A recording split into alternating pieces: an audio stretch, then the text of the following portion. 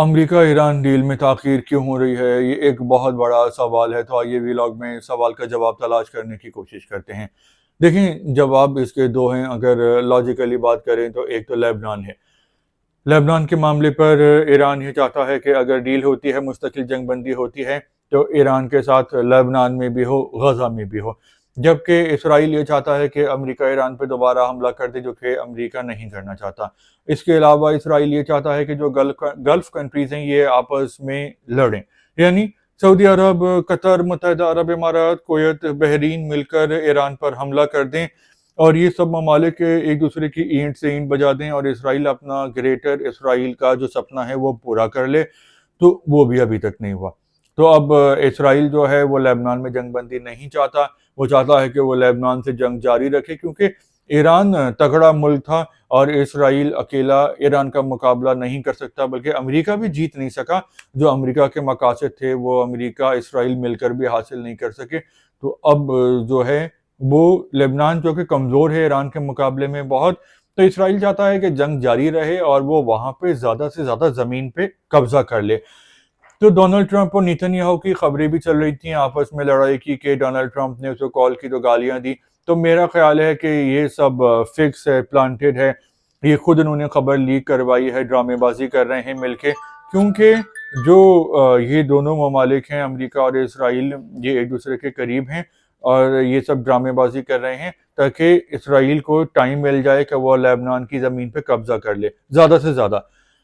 تو میرا خیال ہے کہ آج 5 جون ہے، تو اگلے 15-20 دن میں یہ اسرائیل لیبنان کی جنگ جاری رہ سکتی ہے، اور شاید 20 جون تک جو ہے وہ ایران امریکہ کا ایگریمنٹ ہو جائے اور لیبنان کی زمین پر میکسیمم قبضہ کر کے اسرائیل پھر یہ جنگ روک دے۔ تو ایک پوائنٹ تو یہ ہے۔ دوسرا پوائنٹ یہ ہے کہ میرے سیاسی خیال کے مطابق ڈونلڈ ٹرمپ یہ والا جو مڈ ٹرم الیکشن ہے، جو کہ نومبر 2026 میں امریکہ میں ہونے والا ہے، وہ ہار جائیں گے، کیونکہ لوگ ان کی پالیسیوں سے خوش نہیں ہیں، اور امریکہ میں مہنگائی بھی ہو گئی ہے ایران جنگ کی وجہ سے، اور آدھا امریکہ پریشان ہے، سب کے بجٹ آؤٹ ہو گئے ہیں، اور لوگ ڈونلڈ ٹرمپ کی پالیسیوں پہ کھلم کھلا جو ہے وہ انگلیاں اٹھا رہے ہیں۔ تو مڈ ٹرم کے علاوہ ڈونلڈ ٹرمپ کا یہ آخری دور صدارت ہے، اور وہ چاہتا ہے کہ ہسٹری کی کتابوں میں اس کا نام ایک لوزر کے طور پہ نہیں لکھا جائے، کہ اس بندے نے امریکہ کو ایران جیسے کمزور کنٹری سے ہروا دیا تھا۔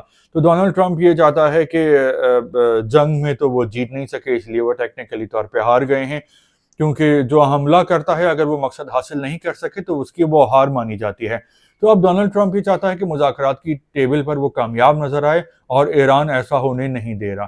تو اس وجہ سے بھی یہ ڈیلے ہو رہا ہے۔ جو اصل وجہ ہے وہ لیبنان ہے، کیونکہ جتنے لمبا یہ جنگ چلے گا تو امریکہ کا بھی خرچہ ہو رہا ہے، امریکہ میں بھی مہنگائی آ رہی ہے، اور ڈونلڈ ٹرمپ کی مقبولیت کا جو گراف ہے وہ گرتا جا رہا ہے۔ لیکن وہ اسرائیل کو نوازنے کے لیے ڈونلڈ ٹرمپ کافی بڑا خطرہ مول لے رہا ہے۔ یہ میرا خیال ہے۔